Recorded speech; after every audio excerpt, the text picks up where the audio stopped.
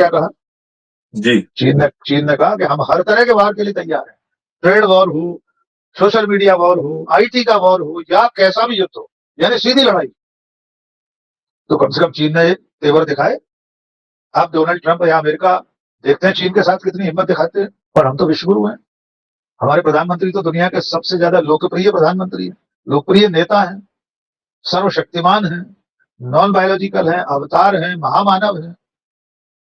ऐसे आदमी के होते हुए, हमारे देश का ऐसा मुखिया होते हुए भी डोनाल्ड ट्रंप हमारे साथ क्या व्यवहार कर रहा है।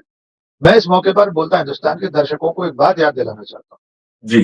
किसी खिलाड़ी की फिटनेस पर सवाल करना उतना गंभीर नहीं है, ना उतना अमानवीय है, जितना देश के प्रधानमंत्री ने डिसलेक्सिया नाम की जो बीमारी बच्चों को होती है, उस मानसिक विकार से पीड़ित बच्चों की डिसलेक्सिया बीमारी की खिल्ली उड़ाई थी एक बार बाकायदा एक कार्यक्रम। प्रधानमंत्री से ये नहीं पूछ रहा कि स्टॉक मार्केट में 100 लाख करोड़ रुपए इन्वेस्टर्स के डूब गए। कोई प्रधानमंत्री से नहीं पूछता कि लोकसभा चुनाव के नतीजे आने से पहले आपने कैसे एक इंटरव्यू में ये कह दिया था कि स्टॉक मार्केट बहुत ऊपर जाएगा। साथियों नमस्कार। देश भर के लिए जरूरी खबर क्या है? लोगों की आमदनी से जुड़ी या फिर किसी नेता के किसी क्रिकेटर के बारे में कुछ कह देने से जुड़ी? लोगों के लिए जरूरी खबर है कि देश की स्थिति अंतर्राष्ट्रीय माहौल में क्या बन गई है, या फिर सैकड़ों सालों पहले किसी राजा ने क्या किया, ये जरूरी खबर है। लेकिन देश का जो मीडिया है, टीवी मीडिया है, वो समझता है कि इतिहास को खोदना और एक नेता ने किसी क्रिकेटर पे क्या कह दिया, वो जरूरी खबर है।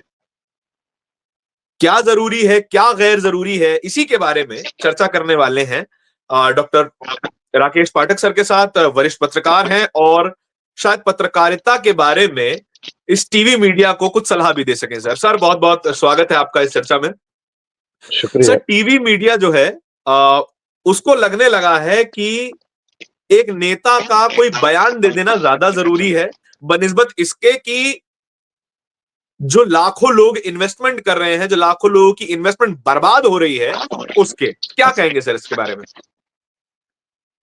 देखिए धारण, टीवी मीडिया को सलाह देने वाला तो मैं कोई नहीं होता, मैं देना भी नहीं चाहता उन्हें सलाह।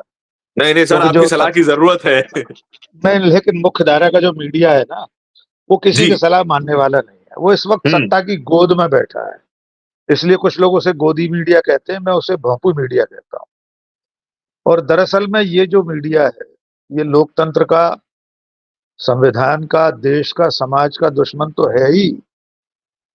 प्राथमिक तौर पर तो वो पत्रकारिता का दुश्मन है।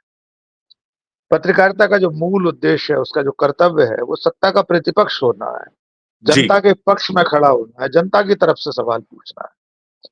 लेकिन इस वक्त मुख्य धारा का तथाकथित मीडिया सरकार का भोंपू बन गया है, उसका पीआर करता है, उसके पीआरओ की भूमिका में है। इसीलिए कोई प्रधानमंत्री से ये नहीं पूछ रहा कि स्टॉक मार्केट में 100 लाख करोड़ रुपए इन्वेस्टर्स के डूब गए। कोई प्रधानमंत्री से नहीं पूछता कि लोकसभा चुनाव के नतीजे आने से पहले आपने कैसे एक इंटरव्यू में ये कह दिया था कि स्टॉक मार्केट बहुत ऊपर जाएगा। कोई ये सवाल नहीं पूछता कि गृह मंत्री अमित शाह ने एक कथित चैनल को इंटरव्यू में कहा था कि शेयर्स बाय कर लीजिए, कर लीजिए, खरीद लीजिए। पहली बात तो नियमानुसार उन दोनों को कोई हक नहीं था इस तरह की सलाह देने का, जी। क्योंकि सेबी के नियम है, उसके मुताबिक जो रजिस्टर्ड ब्रोकर एजेंसियां हैं, ब्रोकर कंपनियां हैं, ब्रोकर्स हैं, वही इस तरह की सलाह दे सकते हैं। और अब अगर प्रधानमंत्री और गृह मंत्री की सलाह पे लोगों ने खरीदे शेयर, 5 महीने से लगातार डूब रहे हैं, उसका जिम्मेदार कौन है?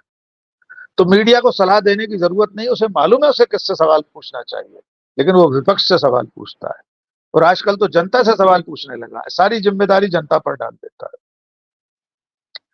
एक एजेंसी की रिपोर्ट आई है कि देश में 100 करोड़ लोग ऐसे हैं जिनके पास खाने पीने के बाद जीवन में खर्च करने के लिए फूटी कौड़ी नहीं।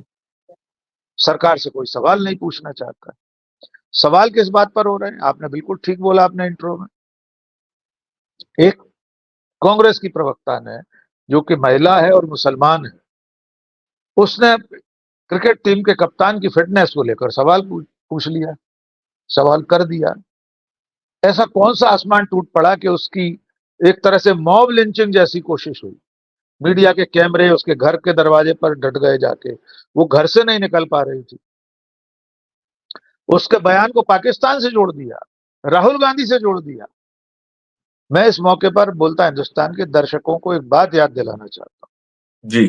किसी खिलाड़ी की फिटनेस पर सवाल करना उतना गंभीर नहीं है, ना उतना अमानवीय है, जितना देश के प्रधानमंत्री ने डिसलेक्सिया नाम की जो बीमारी बच्चों को होती है, उस मानसिक विकार से पीड़ित बच्चों की डिसलेक्सिया बीमारी की खिल्ली उड़ाई थी एक बार बाकायदा एक कार्यक्रम। जी। उससे ज्यादा अमानवीय कुछ नहीं हो सकता। मासूम बच्चे, अबोध बच्चे, उन्हें मालूम भी नहीं है कि उन्हें कौन सी बीमारी है। उनके परिजनों से पूछिए जिनके बच्चों को डिसलेक्सिया होता है, और देश का प्रधानमंत्री खिल्ली उड़ा रहा है। तब इस मीडिया ने सवाल नहीं पूछे प्रधानमंत्री से। अब वो शमा मोहम्मद की जान के दुश्मन हुए बैठे। दूसरा, औरंगजेब 1707 में मर गया। औरंगजेब बहुत साल हो गए। उसकी मौत के बाद अब उसकी क्रूरता के किस्से सुनाना, एजेंडा फिल्मों के जरिए हिंदू मुसलमान करना। अगर राजाओं के, नवाबों के, बादशाहों के जुल्म सितम की बात होगी तो इतिहास में एक भी ऐसा राजा नहीं हुआ जिसने अत्याचार न किए हो। बिल्कुल। इतिहास में एक भी ऐसा राजा, सुल्तान, बादशाह, नवाब नहीं हुआ जिसने युद्ध न किए हो। पर वे सब चीजें धर्म के लिए नहीं थी, धार्मिक आधार पर नहीं थी। राजा लोग अपने राज्य विस्तार के लिए युद्ध करते थे या जी। सिंहासन प्राप्त करने के लिए करते थे। लोग औरंगजेब को क्रूर बता रहे हैं, बिल्कुल क्रूर था, इससे किसने इनकार किया है। लेकिन उसके लिए आज के मुसलमानों को दोष नहीं दिया जा सकता। और औरंगजेब क्रूर था तो थोड़ी सी कहानियां दूसरों को भी तो सुन लीजिए। राणा सांगा के पिता राणा उदय सिंह, उन्होंने अपने पिता राणा कुंभा को, राणा कुंभा बड़े शूरवीर थे, जी। राणा उदय सिंह ने अपने पिता राणा कुंभा को तलवार से काटकर उनकी हत्या कर दी थी। और वो भी तब जब वे मंदिर के सामने बैठकर पूजा कर रहे थे। सम्राट अशोक, जिस सम्राट अशोक को और उनके चिन्ह को, अशोक स्तंभ को भारत सरकार ने, इस देश ने अपना राज चिन्ह बनाया हुआ है, वो सम्राट अशोक अपने सभी भाइयों को मारकर सिंहासन पर बैठा था। हम्म। कितनी ऐसी कहानियां हैं। पुष्यमित्र शुंग, उसने इतनी सारी हत्याएं इस देश में की थी, इतने मंदिर तोड़े थे, बौद्ध मठ तोड़े थे। क्या करेंगे आप? इतिहास की राख को कुरेदने से क्या हासिल करेंगे आप? सारे राजा ऐसे ही थे, सब जुल्म सितम करते थे। और फिर औरंगजेब ने तो संभाजी महाराज पर जुल्म की जो बात है वो बिल्कुल सही है, लेकिन उसके बाद क्या किया था औरंगजेब ने? हम्म। संभाजी महाराज के नाबालिग बेटे को और उनकी पत्नी को अपने संरक्षण में रखा, गोद में खिलाता था संभाजी के बेटे को औरंगजेब, सम्मान के साथ रखा। जब बालिग हो गए वे संभाजी महाराज के पुत्र, तो उन्हें 2 रियासतें सौंप दी, बुरहानपुर और अक्कलकोट की। पूरी जिंदगी सम्मान के साथ रखा। धर्म परिवर्तन के लिए नहीं कहा, जो लोग कहते हैं औरंगजेब धर्म परिवर्तन के लिए। औरंगजेब के अपने दरबार में कितने हिंदू राजा थे, उसके कितने मनसबदार हिंदू थे। उसका अपना सबसे बड़ा सिपह सालार सवाई राजा जयसिंह, सवाई राजा जयसिंह से तो औरंगजेब ने नहीं कहा मुसलमान बन जाओ। कितने ऐसे कहानी की किस्से और कहानियां हैं जिनका धर्म से, मजहब से कोई लेना देना नहीं। लेकिन इस वक्त जो लोग सत्ता में बैठे हैं, वे इसके बहाने से देश के असली मुद्दों से देश का ध्यान भटकाना चाहते हैं। उनके पास जवाब नहीं है। इसलिए एक विधायक अगर विधानसभा के बाहर अबू आजमी औरंगजेब के बारे में कुछ कहता है तो उसे विधानसभा से निलंबित कर दिया जाता है। कौन सा कानून, कौन सी संसदीय परंपरा है, किस विधान में लिखा है कि औरंगजेब के बारे में कुछ बात करने से विधानसभा अध्यक्ष उसे अपराध मानकर निलंबित कर दे? इस देश में गॉडसे की तारीफ करने वाले संसद में बैठे हैं।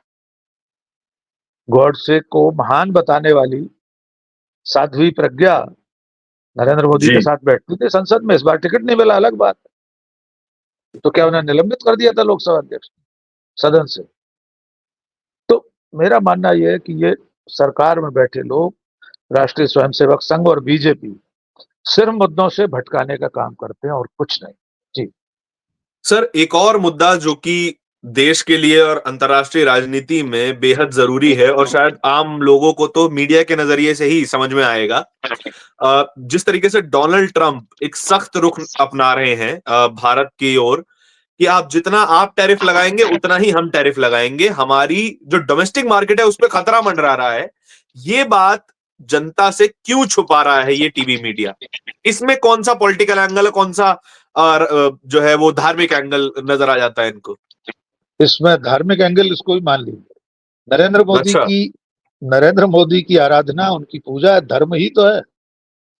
इस तथाकथित मीडिया ने नरेंद्र मोदी को अपना भगवान मान लिया है, इसलिए उनका संरक्षण करना, कोई भी घटना, कोई भी बात, कोई भी रीति नीति जो मोदी के खिलाफ जाए उसे छुपाना एक धार्मिक कृत्य है उनके लिए।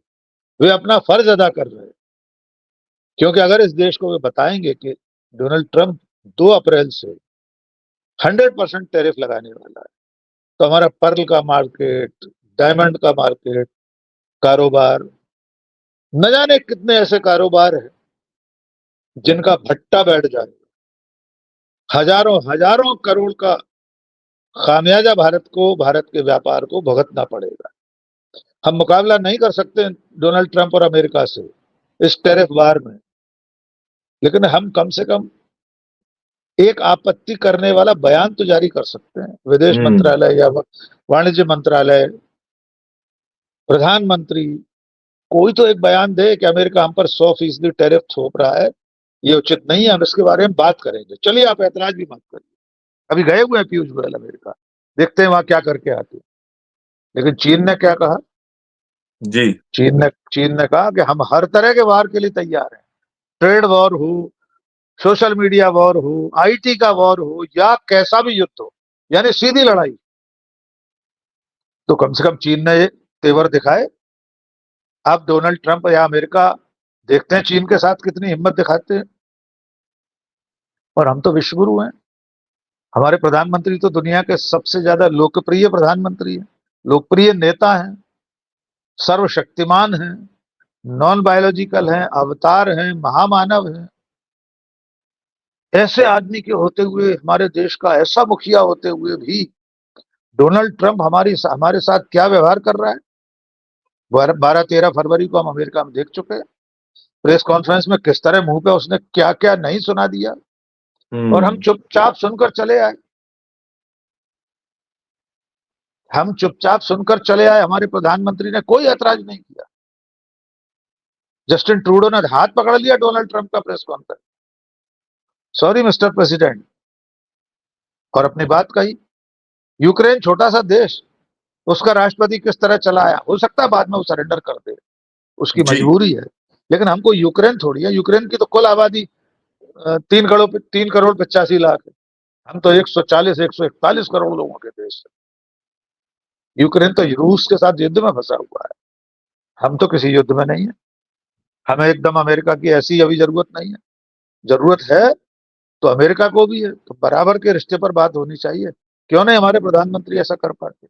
इसलिए मीडिया से कोई उम्मीद मत करिए कि मीडिया इन सवालों को देश के सामने रखेगा, देश को बताएगा कि हमारी हालत क्या है, हम कहाँ खड़े हैं अंतरराष्ट्रीय राजनय में, डिप्लोमेसी हमारी कहाँ फेल हो रही है। आज की ताजा घटना है, कल की, इंग्लैंड में हमारे विदेश मंत्री एस जयशंकर एक मीटिंग करके निकले। चैथम हाउस बहुत प्रतिष्ठित स्थान है, वहां बड़े बड़े डिस्कशन होते। बाहर खालिस्तानी खड़े थे।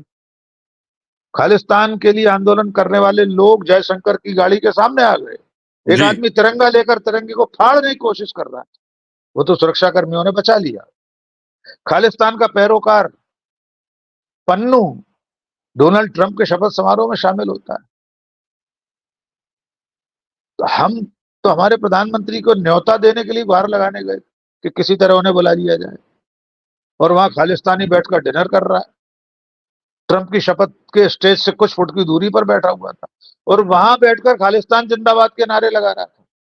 जब उस जगह पर लोग यूएस जिंदाबाद, यूएस यूएस के नारे लगा रहे थे, तब पन्नू खालिस्तान जिंदाबाद के नारे लगा रहा था।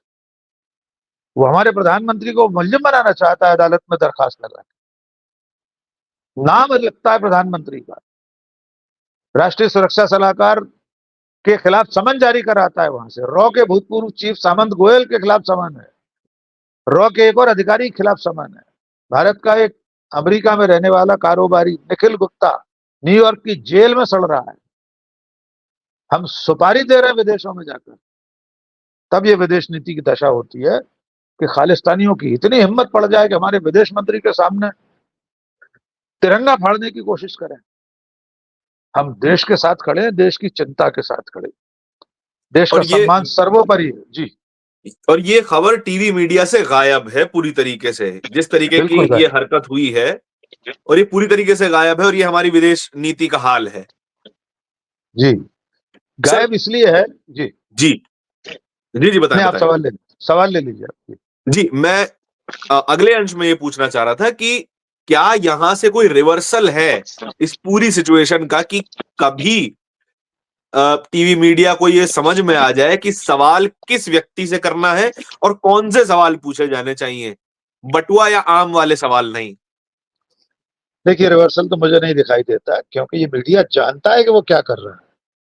जी ये वही मीडिया है ना, ये वही अखबार है, ये वही मुख्यधारा के चैनल हैं जो 2014 से पहले यूपीए की सरकार से, प्रधानमंत्री डॉक्टर मनमोहन सिंह से, कांग्रेस के नेताओं से, राहुल गांधी से, विपक्ष के तमाम नेताओं से सच्चे सवाल पूछते थे और बिल्कुल ठीक करते थे। हम भी जी पूछते थे, हमने संपादकीय लिखे मनमोहन सिंह की सरकार के खिलाफ पहले पेज पर, हर प्रेस कॉन्फ्रेंस में सवाल पूछे, इसलिए हम आज भी सत्ता से सवाल पूछते हैं। इस विपक्ष के, क्षमा कीजिए, मीडिया ये जानता है कि वो क्या कर रहा है, इसलिए रिवर्सल नहीं होगा। उसको पता है कि वो गलत काम कर रहा है, हाँ अनजान थोड़े ही है। शमा मोहम्मद का पीछा करने वाली मौसमी सिंह जानती नहीं है कि वे क्या पूछ रही हैं, वे अच्छी तरह जानती है।